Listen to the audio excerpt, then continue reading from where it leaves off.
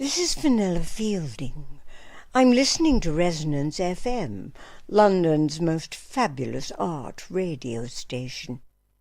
It's lovely, isn't it? Well, look at this!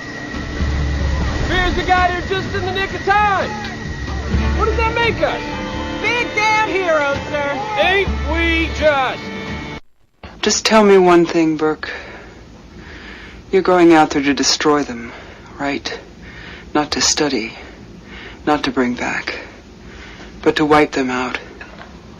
That's the plan. You have my word on it. All right, I'm in. There are no experts. You probably know as much about possession as most priests.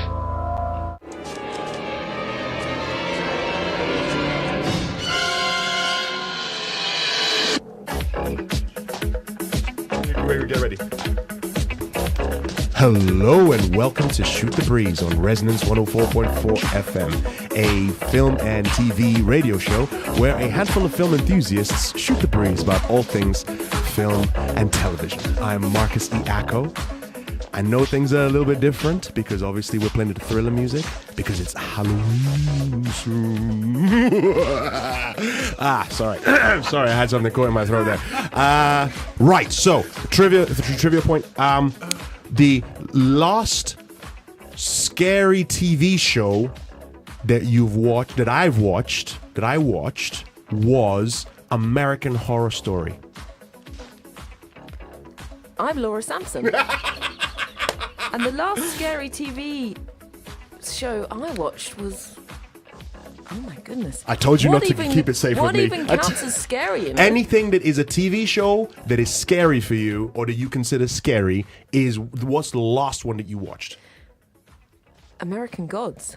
Good. That's a good one. Good one. But that was so long ago. I feel That's really fine. embarrassed about that. Why is that? That's not embarrassing. It's not embarrassing. I've been watching like feel good, like great costume, costume dramas and also thought-provoking, completely non-thriller. Sure, but that's fine. Stuff. American Gods is scary, but that's good. It's a good choice. I do watch TV, listeners. I do watch TV. I went with American Horror Story, and mine was the Murder House, which is the very first season. So anyway, who else is in the room? Go on, Dave. Hello, I'm David Campbell. I am here as well, and I'm not driving it today. Last one that I saw that I thought was scary. Oh yes, in actual fact, that was Legion. Well done, nice. Well, okay, cool. Legion is scary. You know what? I apologize. I'm not going to judge. I'm not going to judge. With us in the studio, we have. Please tell us from Lucy Goes to Hollywood. Please tell us your name and the last TV show that you watched that was considered scary. All right, I'm Lucy Buglass, and the last horror TV show I watched was Scream, which was actually really good. Is that on Netflix? It is on Netflix. Okay. It's really good. It's Scream. I've seen. This is the thing. It came on Netflix, right? It popped up around the same time on Netflix that something else popped up on E4. Not Scream Queens, but there was something else that popped up on E4 with Jamie Lee Curtis and the girl from Glee. I can't remember her name, and Emma Roberts. Is Emma Roberts in Scream, the TV show? No, that's a different thing. I don't actually know what you're referring to. Sadly. Okay, that's the reason why because around the same time it happened. Mm-hmm. And so I was like, okay, which am I going to watch? Should I watch Scream on Netflix or should I watch the other one? I think it's Scream Queens or something. It was on E4. Queens, yeah. And as both of them clashed at the same time, I was like, nah, I just won't watch either. Yeah. So. Well, what was Scream like on Scream was Netflix? great. It's kind of like an interpretation of the Scream original movie franchise. The trilogy, yeah. But they put their own spin on it. Sure. And it's so much better, I think. It's better. In terms of just bringing a fresh new sort of, 2017 was the first season, approach to it was really cool. So was that because they had longer to work with in the TV series as opposed to the trilogy, and then they became a quadrilogy because the fourth one for Scream has come out. Was that because they had more time to work with the characters and the storylines? Yeah, probably. The development was really good throughout. Okay. And you don't find out who the killer is till the very last episode, obviously. So there's a lot of suspense and there's a lot of, sort of twists and turns and, sort of misdirection. And I like that. I mean, obviously, I love Scream, the original film, the first one, especially. The Wes Craven one. Yeah. Okay. Which is iconic. Yeah. Hello, Yeah, you just Yes, point, I'm here. David just points to you just point to the guest. I'm like, do you have a question you want to ask? No, I haven't got a question. I haven't got a question at all. I was sure? just like, trying to make sure that things go nice and. I see. Like I said, Lucy, the glue that makes this show run. These two, and I never. You know what? I'm feeling in a great mood today. Yeah, We watch TV and everything. you watch TV and everything. We watch You TV. get the news and Yeah. everything, and I'm feeling. I know it's Halloween special, and this is our Halloween special. So thank you very much for tuning in to Shoot the Breeze on Resonance 104.4 FM. I'm Marcus E. Acko. I'm Laura Sampson. I'm David Campbell. And with us in the studio is Lucy from the blog Lucy Goes to Hollywood, Lucy Buglass. It's Lucy Buglass, right? That's right. Yeah. Okay, I am reputed with just messing up people's names. Yeah, we know. apologize I for remember that. last week. Yeah, sorry about that. Hey, look, I got his name. Okay, this is how much By accident. By accident. This is how much I got his name. I got his name so much that I didn't even know his name was David. His middle name was David. That was if those of you who tuned in last week. Our guest was Charles Streeter, who was the director, co-producer and co-writer of Into the Mirror, and I called him David Streeter, and that happened to his middle name. David Campbell was trying to have a go at me because I wasn't trying to have a go. You I were was having a laugh. You were having a laugh, were you? I was having a laugh because someone got it wrong, but was saved by the bell. Is that right? Is that right? Yes. Is that how you feel? Because he was laughing his head off and said, "Actually, my middle name is David." And he's like, I know, right? It's that was the universe just basically stepping in and trying to rescue me. I was trying to I was giving you guys credit, right? I was trying to say that you, David, and you, Laura, are the glue of this show. I started the show saying that, right? Because I was trying to pay you guys compliments and do that. But if you want me to be the same grumpy old gross I normally am, I can do that. Is that what you want? Respect the grumpy Is old that what gross, you respect the grumpy old gross? Okay, fine. Well, it is Halloween, isn't it? Right? And we're getting close to Christmas. The Grinch is coming out. Let's deal with the Halloween Let's bit not talk first. about Christmas. You're not a Christmas fan, are you? I don't dislike Christmas, but Halloween is more important for me. So. Oh, okay. And we'll talk about that, about your blog. There's a name. There's Lucy. We'll talk about that in a few minutes. Anyway, thank you very much for those of you who are tuning in. I know some people are tuning in on Facebook. Just want to apologize for those people who tune in on Facebook and all of a sudden the Facebook Live just disappeared. I don't know what it is. It's probably because it's Halloween. I don't know. But we lost a couple of people who were watching. But some people have joined back. So Charlotte Brown, thank you very much for joining us on Facebook Live. This is our Halloween special for 2018. So we're going to be talking loads of Halloween stuff-ish. Right? Yeah? No? Yeah? And lots of other stuff. And lots of other stuff, yeah. We'll be doing a spotlight on our guest, Lucy from Lucy Goes to Hollywood blog. We'll be doing our top 5 favorites category, which this week is going to be top 5 favorite scary characters. So scary characters in movies. So those of you on Facebook Live, those of you listening on Resonance 104.4 FM, feel free to send us your top 5 favorite scary characters to our Facebook page. Shoot the Breeze on Resonance 104.4 FM or to our Twitter page STB_Resonance FM. But before we do any of that stuff, let's do spooky film and TV news. I don't know why I did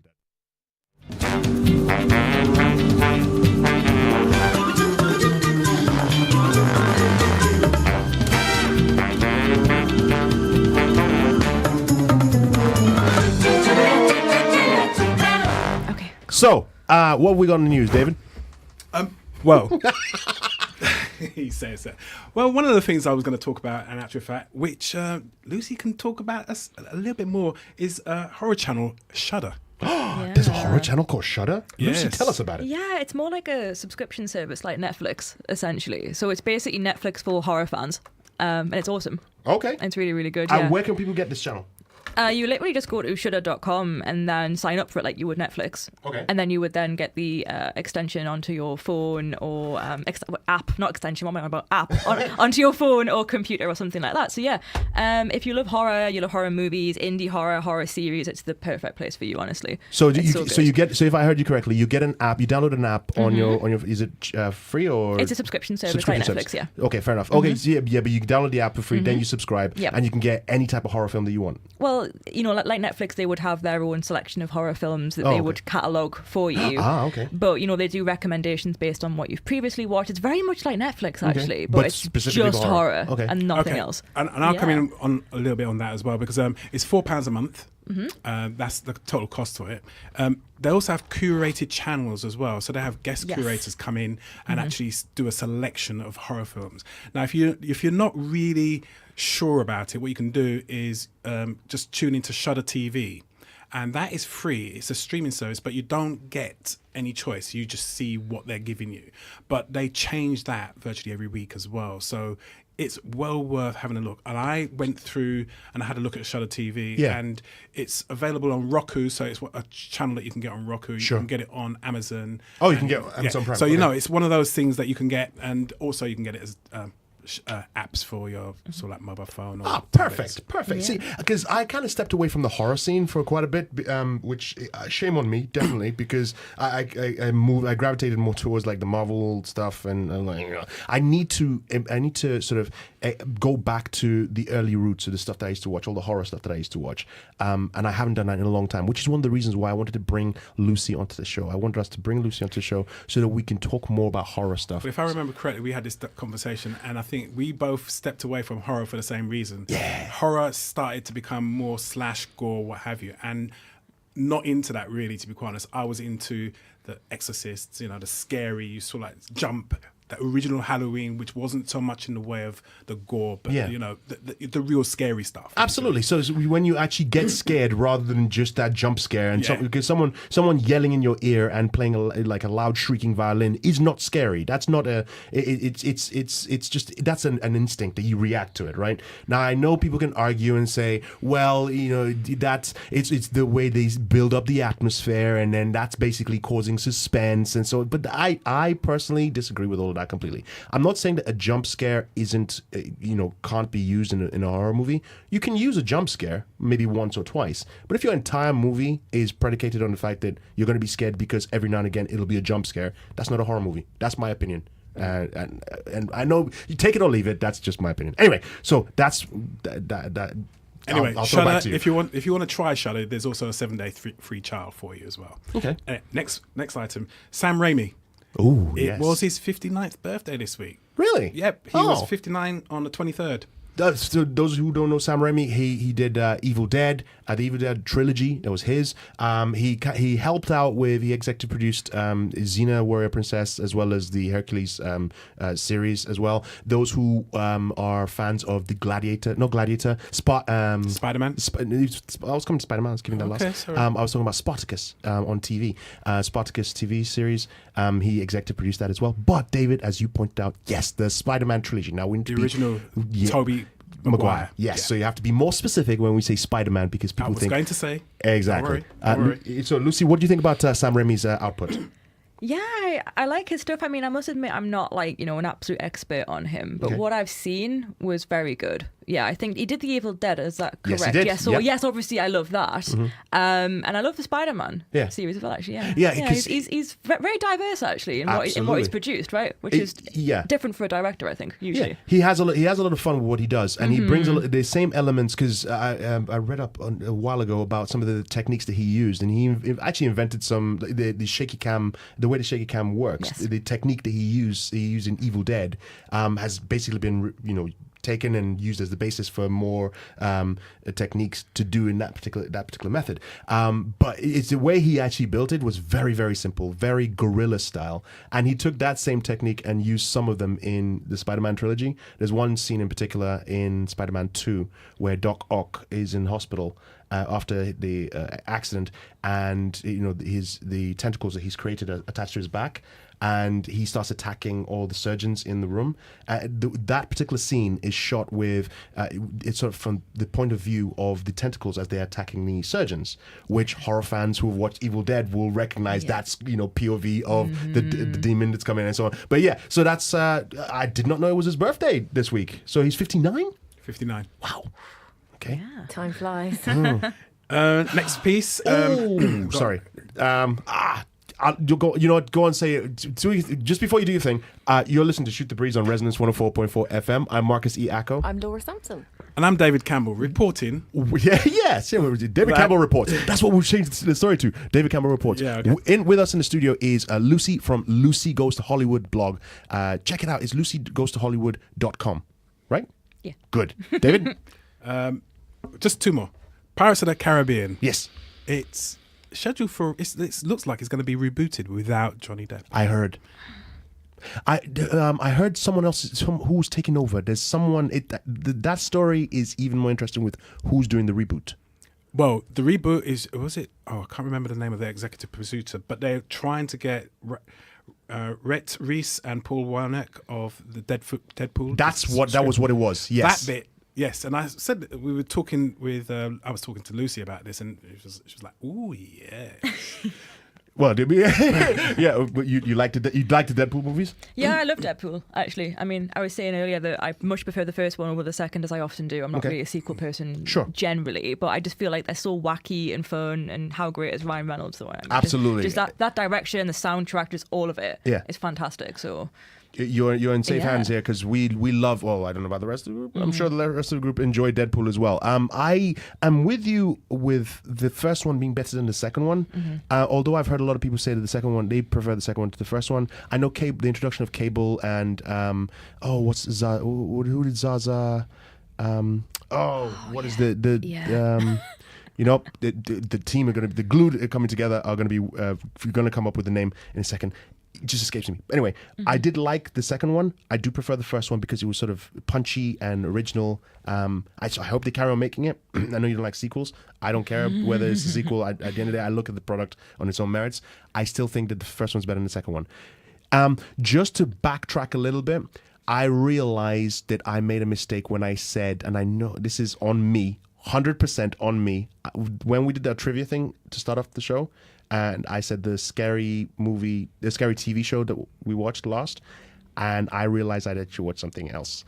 I have watched American Horror Story. That was one of the ones before. I know I'm just throwing this back. Stan Against Evil. Have any of you heard of it or seen it?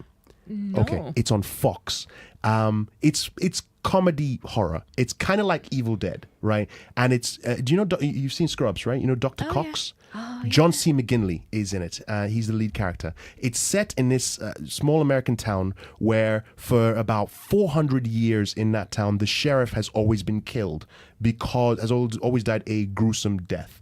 And it's because one of the first sheriffs of that town killed 106 witches. That's what he burned at the stake, 106 witches. That's what the myth is. They explore more about that particular myth later on. But because of that, some demons and some witches have cursed that town, so every sheriff gets killed. Except for John C. McGinley's character. Because, and you find this out in the first episode, his wife had been protecting him. For 28 years, he was the sheriff of that town, and his wife had been protecting him. So she dies. She's a witch. She's kind of like she's a witch. She's a witch. She's a good witch. She's a white witch, if you will. Oh, I would say good witch rather than white witch. Otherwise, we start getting into color territory, and that is not where we want to go right now. Anyway, so she dies at the beginning of the first episode, and at her funeral, one of the witches, one of the demons, starts taunting John C. McGinley, and he snaps and he punches this old woman in the face. And because of that, he has to resign as a sheriff. So a new sheriff comes to town, and the whole premise of the show is that because she's getting attacked constantly by different demons and whatnot, and he has to begrudgingly help her, fight all these demons. And just imagine Dr. Cox from Scrubs as a disgruntled old sheriff. It is a great half-an-hour show. It's called Stan Against Evil. Sorry, I just had to get that off my chest because I realized I had watched that recently, and Anyway, so back to what we were saying. My last piece of apologies film news is on the back of the Pirates of the Caribbean reboot. Yes, without Johnny Depp, but with the Deadpool writers. With the Deadpool writers, possibly. Yep. Clueless also gets a reboot. Really? The movie or TV series? No, the movie. Why? Exactly. That's what both me and Lucy were saying. Why? Laura, what do you think about this? You've seen Clueless, right? The original. Of course, I have. What are your thoughts on this? My thoughts are pretty much the same. Although, also, why not? It's about 25 years. Yeah, at least 95. 95. Yeah. 95, Okay. Yes. Yes, it has been a while. However. I mean, it was so great at the time. It's probably I haven't seen it for a while. It's probably quite dated. It might be quite fun to see sort of new teen movie stars in those roles. Yeah, but this is sorry. Well, I'll let you talk. Come up with something original. Mm-hmm. Sorry, I interrupted you, Laura. Sorry. since there are so many remakes going on, this would be one of the ones I was more interested in. Okay. I mean, they aren't going to make something complete. If they're not going to make something completely original, they might as well remake something that was really good and would be quite easy to do well again. I think.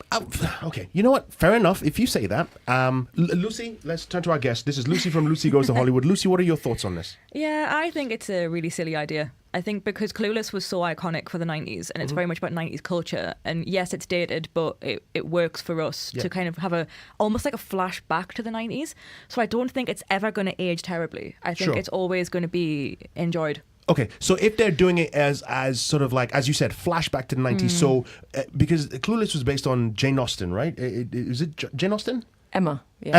On Emma, right? Okay. So if this remake is remaking Clueless as opposed to a spin on Emma, then fine. And as you said, where it's a flashback to the 90s. So now what is actually done is it's more of a heavy pastiche on I don't know if pastiche is the right word I want to use, but basically satirizing the 90s culture. So talking about how right now, if you need to make a phone call, you can get cell phones. I know we had cell phones in the 90s and whatnot, but basically talking about how large the cell phones are and the weird kind of fashion and music taste and hairstyles and all that kind of stuff. Kind of like whenever we watch an 80s movie like Stranger Things, right? Where we're watching TV show Stranger Things, right? You're watching it, and one of the things that you enjoy about it is that nostalgic feel of the 80s, right? So if it's done, if that's what it is, maybe, but even still, I get the feeling they're going to update it. Oh, and that's the problem. Yeah. They're going to update it and it just becomes bland because we already have stuff like that. We have Riverdale on Netflix. We have Scream that you're talking about, which has been updated. That's a high school, setting as well. Same thing. Yeah, and you have all the other shows who are already doing that. Why? You know what? Anyway, that's the end of my film news. Thank you very much, David. You're listening to Shoot the Breeze on Resonance 104.4 FM. I'm Marcus E. Acko. I'm Laura Sampson. And I'm David Campbell. You forgot where you were? No. I had already sort of like said my name. So of course. Yeah. And with us in the studio, we have Lucy from LucyGoesToHollywood.com, a blog about film. And, well, you do many films as opposed to TV shows as well, right? I do the occasional TV show at many films, yeah. Okay, fair enough. We'll talk about that in a few minutes. Let's do our spotlight.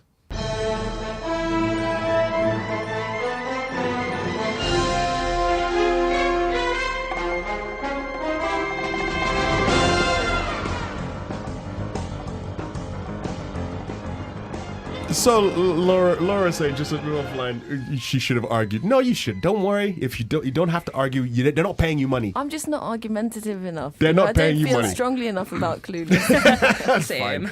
So we have. In fact, that says plenty about Clueless, doesn't it? You know, yeah. It's like feel like arguing. Nah, don't care. With us in the studio, we have Lucy from LucyGoesToHollywood.com. Hi, Lucy. Hi. Thank you very much for joining us. Now, tell us, what is LucyGoesToHollywood.com? Lucy Goes to Hollywood is basically just a film review blog where I, review new films. I have a short film column as well. I really like to put the spotlight on short films, especially. That's become a big column for me.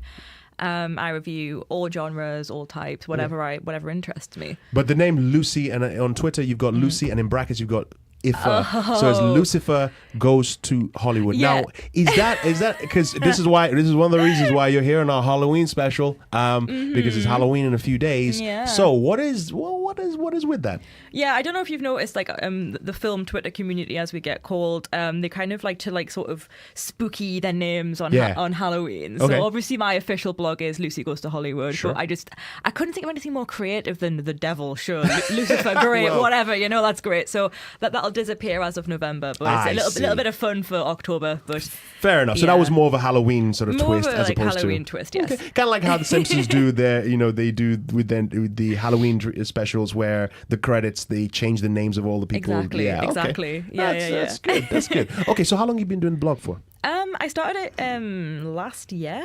Early 2017, yeah. Okay. Yeah. And it's just sort of, seen a little bit more success in 2018, which was awesome. So you get to go to see films and you just sit down and you blog about it. How often do you sit down at your computer or your phone and type out a review? I try to do it at least once a week, but hopefully twice if I can, because I have, like I say, my short film Saturdays is the name of the column, so obviously that's every single Saturday if I can. I mean, I'm not great at keeping up with that, but it's kind of one of my objectives. Because I read a couple of the articles that you had on there. Love the article on Simple Favor. That makes me want to go and watch that film even more. You should. I love the actors in it as well, Blake Lively and again, forgetting names. Anna Kendrick. Thank you. I need someone standing right next to me just to prompt me with like, is Anna Kendrick? Yes, thank you. We still haven't gotten Zazie Beats.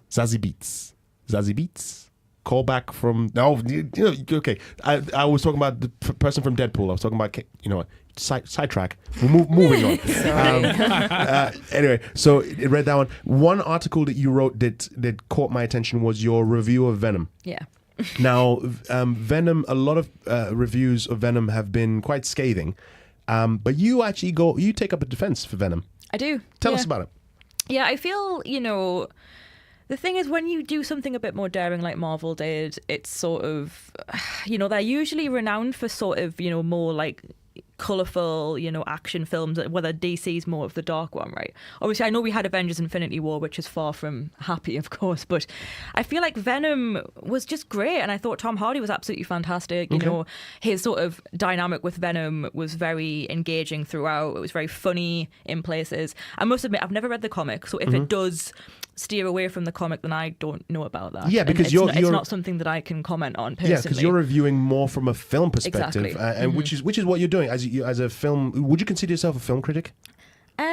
Yes and no. I mean, I tend to just go by film blogger because I'm not on a publication. Okay. I'm mainly just by on Twitter, online. I'm not like published, so it's more blogger. But anywho, I just feel like Venom, from a film lover's point of, it's just it was action-packed, great, funny, really well acted, some great special effects.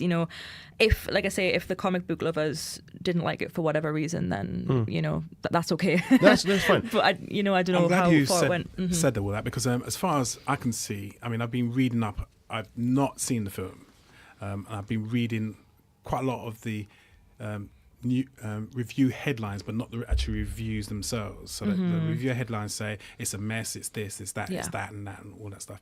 But the other thing I've been reading is this audience figures as well, and I've noticed that irrespective of all that bad press, it's still taking a lot of coinage. I think it was number 3 last week in America, and if it's as bad as the critics say, it's not going to take that money, is it? Yeah, no, exactly. Yeah, I feel like it's become like the Marmite film of the year.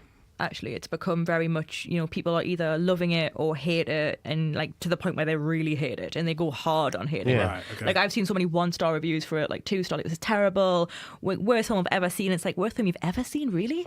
Like, come on, like there's got to be worse than that. It's. And one of the things you mentioned earlier, you said that it's better than some of the Marvel output that you've seen. Okay, and I did say you should prepare yourself for this because I'm going to ask you this question. So, which Marvel films do you feel Venom surpasses? I don't know. I'm probably going to get loads of hate for this now. Like, sorry, Marvel fans everywhere. I'm just going to cause controversy now. But I feel like, even... Direct all your hate to LucyGoesToHollywood.com. Yeah, send me some hate comments. But yeah.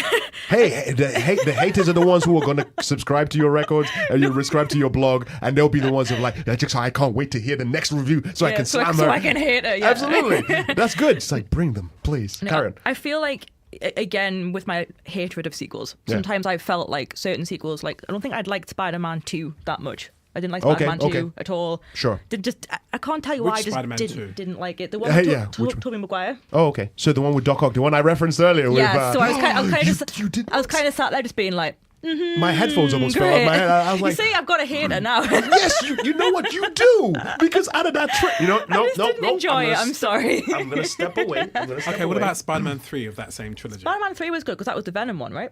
Where it was literally exactly. So okay, so I see a pattern here. Okay, Lucy likes Venom. Basically. You like Venom, yes. If you put Venom in any Marvel movie, Lucy's on board. Done. There we go. Well, the alien parasite. Let's put it that way. It's the alien parasite. The alien parasite. Right, yes. Okay, because if everyone who's seen that Spider-Man film knows it's the alien parasite that causes the dark suit, Sure. blah, blah, blah, blah, blah. And that is Venom. Exactly, So, yeah. I'm not giving any spoilers away. To be honest, if you're going to watch any movie with Venom in there, you know what the story is. You know Well, there's if Spider-Man. you don't, you need to watch Spider-Man 3 of the original trilogy. So you can find out. But really, do you want to send them to that though? Because okay, you know what? No, I'll back Well, myself away from that. If you want to get the storyline, find out where that suit comes from. Sure. That's Yeah. where, and you don't want to do the comics, which is what I did. So I already knew anyway. Yeah, of course. You watch that particular film. You and get the that you get that spin on it because in this Venom movie, and this is a spoiler, but it's already been in the news anyway. Spider-Man makes no appearance in it whatsoever. No. Is that No, correct? not at all.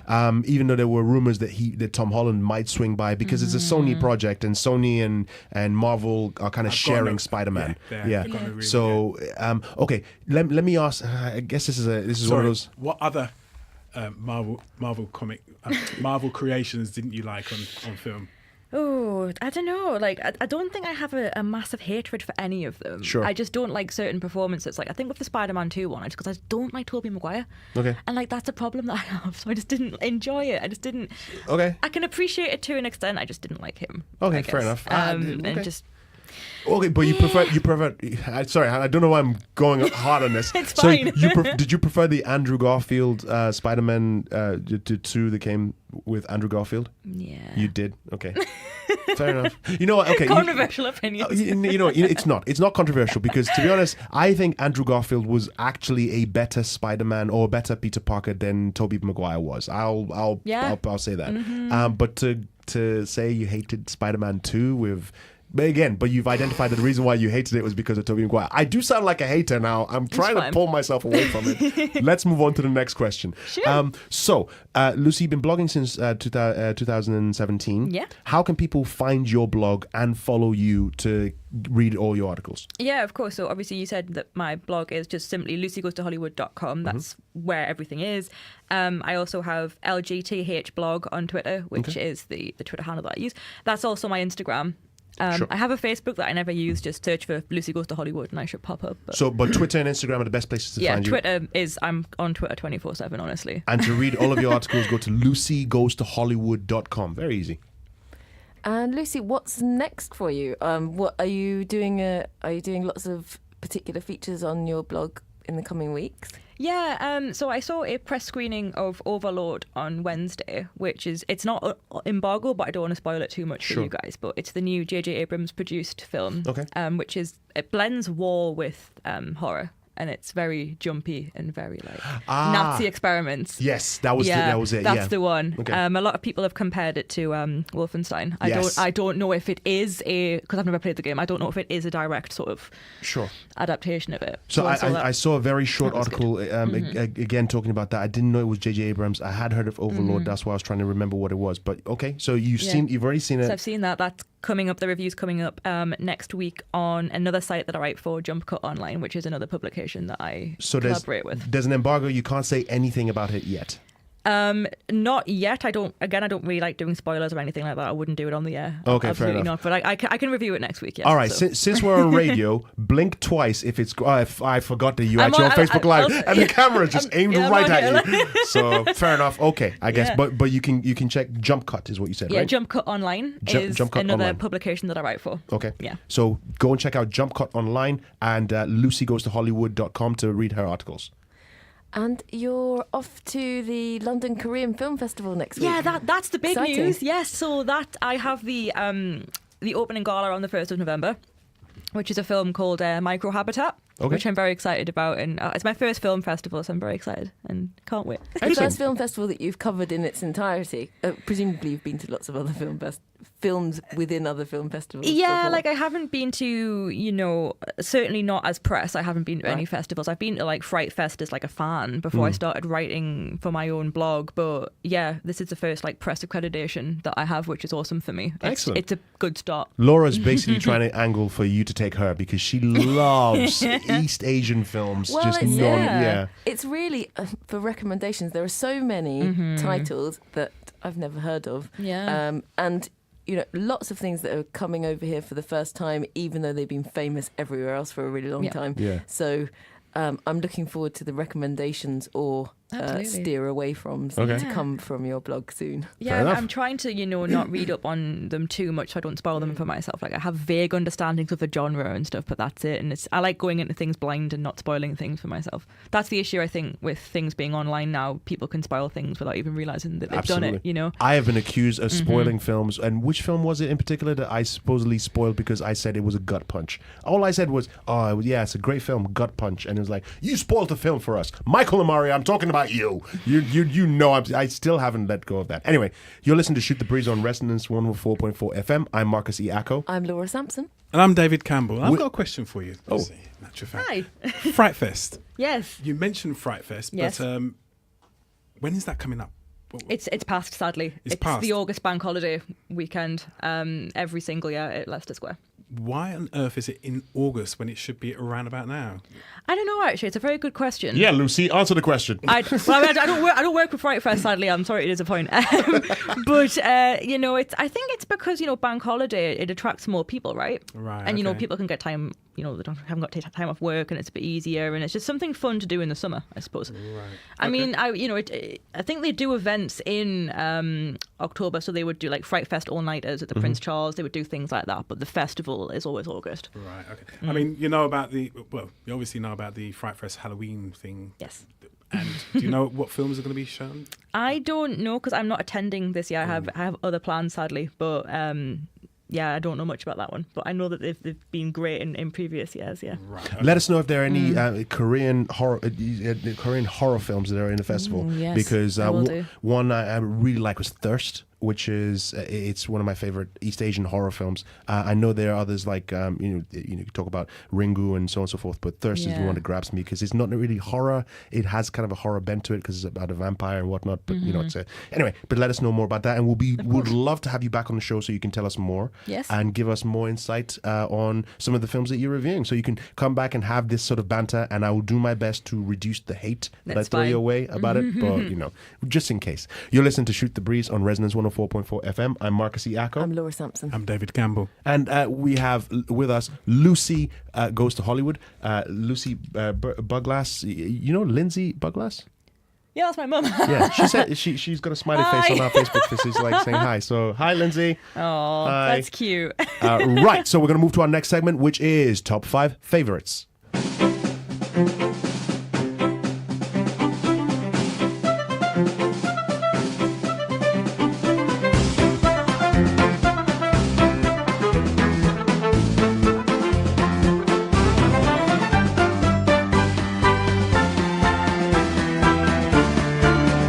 So our top 5 favorite category this week is top 5 favorite scary characters in films.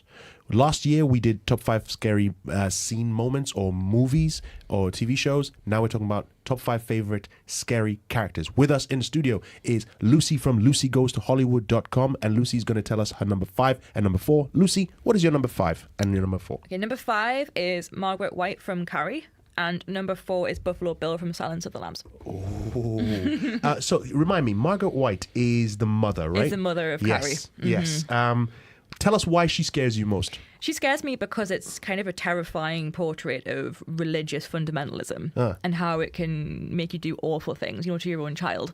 And how she essentially abuses Carrie through, her religious beliefs. Yeah, that's a very sharp call because it's that's one of the person you mentioned. Religious fundamentalism kind of spans through with a whole bunch of other characters. There's I can't remember her name and I can't remember the actress's name again because I'm terrible with names. But the character from The Mist, I don't, you've seen the Mist? I haven't, sadly. No. Okay, there's a character in The Mist who also has sort of that religious fundamentalism. But I guess that we could span back to that particular character and using religion as a tool to wreak horror on people and subjugate people. And then the second, your number 4 was Buffalo Bill. Buffalo Bill, yeah. Ooh, okay, tell us about Buffalo Bill. For those people who don't know about Buffalo Bill, tell us about that character. All right, so Buffalo Bill is... I don't know, it's debated. I would say he's the main antagonist of Silence of the Lambs. Sure. Because Hannibal, he's more of an, I wouldn't say, again, he's difficult to define. He's not like an anti-hero, but he doesn't really do as much damage as Buffalo Bill does on the case. So Absolutely. I think he's the secondary antagonist. So Buffalo Bill is a man who is transgender to the point where he physically wants to make a suit out of female body parts, essentially. And it's a very, difficult character to embody, and Ted Levine did a fantastic job of doing that. It's terrifying. It's uncomfortable. Absolutely. And it was just that way of showing like gender dysphoria to a horrific level, to the point where you would do anything to achieve the body that you want in your mind. And he was so delusional about it. He really wanted to just kill people, skin them. He's called Buffalo Bill because he likes to skin his humps, as it says in the book. I like the fact that you went with Buffalo Bill and not Hannibal Lecter, unless he's coming up later on in the list. But that excellent number 5 and number 4. David, let's go to you. Who's your number 5? Who's your number 4? My number 5 is John Doe. John Doe from Seven. From Seven. Ooh, okay. I'm not going to say who plays him because that's a twist in the movie. That is just such anyone who can sort of like lead people through a trail and present them with a head at the end. And I'm not. Don't ruin it. I'm not going to say anything more than that because, Okay. No, anyway. Spoilers. Yeah, okay, but Sheesh. Okay, but how long ago is that? What's film? in 95. the box? 95. What's in the box? 95. Sorry, okay, so what's in the box? 95. 95. So yeah, from 1995, so it's over 20 odd years old. So if you haven't seen it by now, you know what? Shame on you. Yeah, exactly. So John Doe from Seven. John Doe from Seven is number 5. Number 4 is Sadako. Okay. Samara. That's Ringu. English is Samara, but I didn't see the ring. I saw Ringu. Sure. And that was just evil. I'm telling you, that was. Good gosh. No, that's when pull. that broken body crawls out the TV. Oh, good gosh. No. So, that's a good pull for me, and that is one of the, yes, you're right. Problem for me, and it's only my own issue, is that the scary movie franchise used that character. The Scary Movie started by the Wayans brothers, and then Zucker brothers took over, and so on. They used that character in their movies, and I watched it, and that now for me, whenever I think of her character, I think of that version of the character, and so it doesn't scare me anymore. But I completely understand what you mean. It is one of the scariest characters you can think of that we can see on film. The good thing about it is, as well, is that whole movie is just lacking in blood, gore, and all that stuff. That's true. And it's just like complete build up and scare. Thank you. That's another point I did want to raise. One of the reasons why I love that as a scary character is because it's not a jump scare. You see her coming towards you because she's coming towards the TV screen, and you have this sort of false sense of security that it's beyond the screen, so it's not going to go. And she climbs out of the TV screen, so you're watching her come towards you. That is horror. That's what I define as horror. You're seeing it coming towards you, but you're paralyzed to do anything about it. Exactly. As opposed to just and it's like anyway. Sorry. Thank you. Great number 5 and number 4. Laura, what is your number 5? What is your number 4? Hi. My number 5 is Jesse Custer from The Preacher. Okay. Wow, that's a twist. Go I on. first met him in the comics, and he is quite a lot more scary in the comics. But in the TV series, I think Dominic Cooper's quite sweet face, coupled with his superpower of having the voice of God that can make people do anything he wants them to, is a really scary thing. It really plays on my mind. Sure. He does some quite scary. Absolutely. He does some quite scary things, but the things I think he might do as well are even more scary. So just what he wakens up in my own imagination. I think. No, it's a good pull and a good twist, because Preacher is not necessarily considered as a horror series, but good pull. It's quite horrible, though. That's true, yes. That's your number 5. What's your number 4? Well, this isn't a horror film either, but it's Mr. Candi from Django Unchained, Leonardo DiCaprio's character. Yes. He just is so sadistic that just thinking about him makes me really afraid. There's sort of no... When you can't imagine a rhyme or reason for somebody's decisions, I mean, it's a bit like a serial killer or something, you can't imagine how they could think that. Sure, and how they could be so brutal and so violent. And people who are really violent as well, they just switch. Sure. He is the person who comes to mind first when I think of those kind of people. It's another quite sweet-faced actor as well. Yeah. So. Those are two good pulls. So you said Jesse Custer from Preacher and Mr. Candi from Django Unchained. Okay, so my number 5 is Christopher Lee's version of Dracula from the Hammer Films series from 1966 to 1973. That was my introduction to Dracula. So I watched that version first, and then I caught the previous versions with what's his name? Martin Landau plays him in.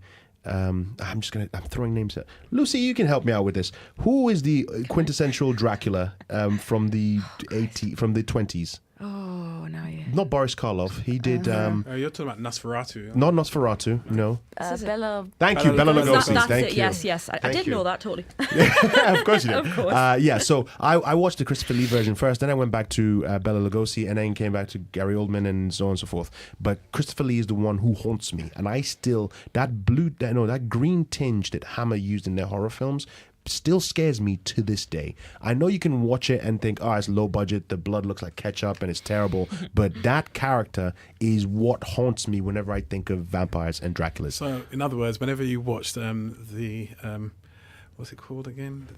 What's the name of that film True Blood? series? No, not True Blood. Lord of the Rings. You see. Absolutely, Right, absolutely. okay. Whenever I see Christopher Lee pop up in anything, my brain immediately thinks Dracula, and then it scales down to, oh no, he's not Dracula, he's this guy. But as Sauron in Lord of the Rings, that's for me was who he was. He was basically Dracula. So that's my number 5, and I had to put the subtitle or the parentheses of. No parentheses, but you know what I mean. I had to say it was Christopher Lee's Dracula, not anyone else's, Christopher Lee's. My number 4 is the Kandarian demon in Evil Dead. Or basically the demon that you don't really get to see it's the physical version of it until it takes over certain people and makes them deadites. That scares me. The result you see with the scary faces, absolutely, that terrifies me as well. But the fact that you can't really see it, and the way Sam Raimi, you talked about Sam Raimi earlier today, the way he had that demon itself, when it's coming to possess, it's through the camera lens, is you're watching what's happening from the POV of the demon. Right, coming towards you, and that final sequence, that final shot in Evil Dead Part 1, where it's Ash has stepped out of the cabin, it's daylight, you think everything's fine, and then all of a sudden the camera just basically rushes from through the woods, right through the back of the cabin, right through the front. He turns around and it attacks him, and the film ends. That scares. I watched that when I was 5, and I've been terrified ever since. So that's my number 4, the Kandarian demon from Evil Dead. You're listening to Shoot the Breeze on Resonance 104.4 FM. I'm Marcus E. Acko. I'm Laura Sampson. And I'm David Campbell. With us in the studio is Lucy from the blog Lucy Goes to Hollywood. Hi, Lucy. You're about to tell us your number 3 and your number 2 scariest character in film. Yeah. So my third one is the Crawlers from The Descent. I don't know if you guys have seen The Descent. Yes. So we had Craig Conway. Hi, Craig. I know you're probably listening. We're going to have Craig coming on the show in a few weeks' time. He was one of the crawlers. Wow, that's so cool. Yeah, no, they terrified me. I remember watching them in a film studies class back in college. Yeah. It was one of our we did like an entire module on horror. It was amazing. And it's just this sense of, that they've been down there for so long that they've just lost, their sight, but they can hear you. Yep. And it's so dark, and I'm quite claustrophobic as a person. I don't like being in tight spaces, so this film was like, whoa. No, that makes absolute sense. No, thank you. Yeah, that's combining two things. It's combining fear of closed spaces and things coming to attack you, and darkness as well. Because and it's the fact that they were once human as well, and they became so deformed and horrible. And Oh, that's a good pull. I didn't even think about The Descent, but yeah, okay. So that's your number 3. What's your number 2? 2 is from Buffy the Vampire Slayer. Okay. It's the Gentleman. Yes, I know the one you're talking about. Oh, no, just that grin and just, no, thank you, no. So tell us about that episode of Buffy. I haven't seen it in ages, but I believe they steal your voice, yes? Oh, horrible episode. And they're walking around. And it's just, as you said, they're tall. They don't even walk. They hover. Yes. They hover, and it's just that grin. They're bald, and they have a grin on their face, and it's just okay. Yeah, man, it's awful. Two good pulls. David, what's your number 3? What's your number 2? Number 3 is Freddy Krueger. Nice. Oh, which one? No, the original Freddy Krueger or the one with the one in 2009 with? Sorry, Chad O'Connor? I'm going to go back to the first one. You're gonna ignore what I just said and just said Freddy Krueger. I'm going to go back to the first one, the very original one. Sure. What's his name again? The actor that plays him. Doesn't matter. Carry on. Robert Englund? That's the Yeah, one. Thank you. Yes. He just. I can't remember what comedy show he'd been in when he went into that, and then Okay. he just made it life. No, Freddy Krueger. I mean, as a scary monster that comes out only in your dreams and sort of like turns your nightmare into a daymare and a daymare into a nightmare, and you never know which waymare you're in. Nice pull. If Katrina Gray is listening to this, she'll enjoy So, that. you Yeah. know, it's just one of those things. I think everyone can relate, especially if you've had a really bad night and then you get up the next day and you cannot actually focus or center yourself. It's just a really scary little few moments, and it just puts you in that frame of Nightmare on Elm Street and what could come out to get you. So yeah, it's that's the reason why I'm not going to go into the movie. Sure, I'm just telling you how. No, that's a good pull. Freddy Krueger is a great pull for number 3. Number 2. I didn't really like the TV series that much. Okay. I'm prefacing it about that. Sure. Because I saw it. Sure. And I read the book, so I knew the character really well. Clueless. However, sorry. However, the one saving grace of that TV series was Pennywise. Oh yes. Okay. And you know, if you watched it, and I think it's been remade. I haven't seen that remake either. But the original TV series, I thought was just okay. But Pennywise, played by, oh gosh, he did Rocky Horror Show as well. Tim Curry. Tim Curry. Yes. Played by was just the best. Okay. Really, really good. Really scary. Yep. You know what? I did want to put. Pennywise was going to go on my list. I did want to put Pennywise on my list. I had to knock it off because of something else that I saw, and I was like, no, that has to go. My number 1 has always been my number 1. Every year I mentioned this, my number 1, and I'll come back to it in a second. Pennywise would have been there, but I was like, no, I have to make room for this one. Of course. But Pennywise, both played by Tim Curry and Skarsgård. I can't remember which Skarsgård it was. No, it's not Alexander Skarsgård, but it's his brother, who is on the Netflix show with Famke Janssen. Anyway, I'm digressing. But both of them play Pennywise brilliantly. Well, I haven't seen the second one. You should watch it. Honestly, you should watch it. Lucy, have you seen it? Yeah, I was terrified. You were terrified? It's awful. The new one is worth the hype. I think it's oh my god. Absolutely, and I They've completely got the agree with second that. part coming out soon as Yes, well. they've got loads of they like did such a good job of it. Yeah, they've got It's loads of terrifying. famous people coming in. Jessica Chastain is coming in, and so on to play the girl. Actually, really graphic as well. Yes, it is, right? Oh, It really? is. Because the Oh. book is really, really graphic, and that's what I really hated about the TV series. They cut you're out gonna love this then. so much. Yeah. So And it was here's like the thing. There's that one sanitized. scene. There's one scene in the book that's not in the film. That's obviously never going to be there. We won't talk about it, but there's a very controversial bit in the book that will never be shown on TV or film at all. that bit, yeah, That okay, bit, yeah. yeah. But it does stick kind of closely to the book itself. And you said they use one moment of jump scare. Throughout the entire movie, it's not jump scares. It's all creepy. Yes, yes. I'm not going to say what it is, but for me, when it happened, I was like, you know what? You deserve it. You absolutely deserve it. Anyway, talking about Pennywise, I completely agree with you. I love the characters being one of the scariest characters. Just dropped off my list. But yes, great pull, great pull. I think I can't even decipher which one is better, either Tim Curry's or Skarsgård, because that is how good the Well, I haven't second one seen is. Skarsgård, so Go and see I'll it. have a look. Go see it and tell me what you think. Laura, what's your number 3? What's your number 2? My number 3 is The Babadook. Oh my god. Yeah. Duke. No. I think characters that are supposed to live in books but come out of them or seem to come out of them are really scary. I can think of lots. This is the one that most impressed me from a film recently. So and it's very well done as well, the way they led it. And I have to say one thing.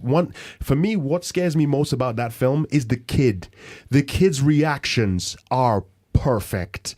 It's a great performance. Isn't Oh, he is fantastic. But sorry, this is on you. Well, we really should spend another episode talking about horror film acting, because there's such an art to it. Sure. Just sort of acting terrified and Yes. acting like you've had your leg cut off by something that's still chasing you or whatever. Uh-huh. But anyway, we don't have time for that. Yeah, no. What's My number number two is from my favourite film of all time, The Never-Ending Story. It's there. Yes. Okay, Lucy. This is a reoccurring thing. With all the lists that we do, Laura has to crowbar Never-Ending Story in there somehow. So okay. I won't judge because I've never seen Never-Ending Story, which is You a thing haven't? I haven't. You're, No. you're telling me after all this time, after all the mentions, Yes. you've never seen. Oh, good. Well, Michael Ender, the writer of the book, would agree with you that no one ever should watch it. Okay, But there I you go. did So watch I'm it, going I with did his love opinion. It, and The Nothing, which is the baddie in it that sucks away everyone's imagination and wants to rule the world by sucking away everyone's imagination so they can't really think for themselves. Yeah. Is the scariest thing I could think about or could come up with in my entire childhood. So it's it The still Nothing. sort of haunts me. It's called The Nothing, and the characters spend quite a long time at the beginning of the film talking about what nothing is. Okay. And it's sort of the first time as a little kid that I really understood what nothing was, and there's just the idea of nothing is scary. Okay. But it was also a baddie as well. Oh, fair enough. Okay, that's so the two that you picked, Babadook and The Nothing, number 3, number 2. Great choices. I don't know about The Nothing because I haven't seen it yet. So maybe One day. one of these days, the more every time he mentions it, just pushes it further down my. No, that's not yours. It's Michael Lamaria. He's a friend of the show, and he often comes on the show, and he keeps recommending I go and see This Is Us. And every time, because I haven't seen it yet, every time he recommends I go and see This Is Us, I tell him it's just one extra week he's added for me not going to go see it. So same thing with Never-Ending Story, unfortunately. My number 3 is Candyman. I am scared of Tony Todd's performance in Candyman. Those of you who don't know it, go and check it out. It was from the 90s. The story is an urban legend about a particular character. If he's a murderer, and if you say his name 5 times, I believe it is, in the mirror. If you say his name 5 times in the mirror, he appears and he kills you. And I was so traumatized by that. I can't, even as a joke, say it in the mirror. I won't do that. I just will back away. I will stop at 4. I won't even go to 4. I'll say 3, just in case I accidentally say it 2 more times. So I just back away from that. That's my number 3. My number 2 is Count Olaf, who is Nosferatu. So the original Dracula, well, he was based on Dracula, but F.W. Murnau couldn't get the rights to Bram Stoker's Dracula, so he decided to create a character that was similar. And the way is German expressionist theater at its best. It's lights and shadows and creepy figure. They redid the movie, or kind of a version of the movie Shadow of the Vampire, with John Malkovich as Murnau and Willem Dafoe as Count Olaf, and it's as Max Schreck, and it is fantastic. Go and check that out. That's my number 3 and my number 2. You're listening to Shoot the Breeze on Resonance 104.4 FM. We're currently talking our top 5 favorite scariest characters on film. Lucy, what is your number 1? Number 1, she scared me since I read the book. It's Annie Wilkes from Misery. Nice. Because you think, yeah. as you know, we're probably all artists, all creative. So imagine having a fan that was that obsessed with you that they would do anything to have you write more work. I still feel pain in my ankles when I think of that character. Kathy Bates is fantastic. Absolutely. When I read the book before I saw the film, and she just did it justice. I was like, wow. Yeah. No, it's a great character. Great character. David, what's your number 1? I'm going to keep this brief. We've already touched on it anyway. Hannibal Lecter. Hannibal Lecter. Yes. Yep. I was waiting for that to pop up on the list. So, Fantastic. I'm not going to go into any details. Silence of the Lambs, go and see it. There's also Hannibal as well, but, there's another film which he's featured in, but I'm not going to go into that. That's another story. Let's Okay, fair enough. Laura, what's your number 1? My number 1 is Arya Stark. Arya From Stark is Game your of Thrones. scariest character? Yeah. Okay, Wow. I can see she's scary because she's innocent. She looks innocent, but she's a killer. Because you can see the way that things that have happened to her have the effect on her that give her this really terrifying superpower. Yeah. Which is that she could kill anyone and do anything, and she really can. Well, it seems that she really can so far. Fair enough. Well, my number one is a character called Willy Willy, who's a ghost. Is a Nigerian TV show called Hot Cash. If you want to check it out, go on YouTube and type in Hot Cash and look for Willy Willy. I don't have to say any more than that. That character scarred me for life as a kid. I'm just gonna put it there. Go on YouTube, type in Hot Cash Willy Willy, and you check it out. It's not gonna be rude. With a C or a K? With a C. Right. Go check it out. You're listening to Shoot the Breeze on Resonance 104.4 FM. I want to use this last few seconds to thank Lucy from LucyGoesToHollywoodblog.com. Thank you, Lucy, for joining us. Thank you so much for having Lucy. me. I'm Marcus E. Acko. I'm Laura Sampson. And I'm David Campbell. We're saying thank you very much for listening. And see you next week. See you next week.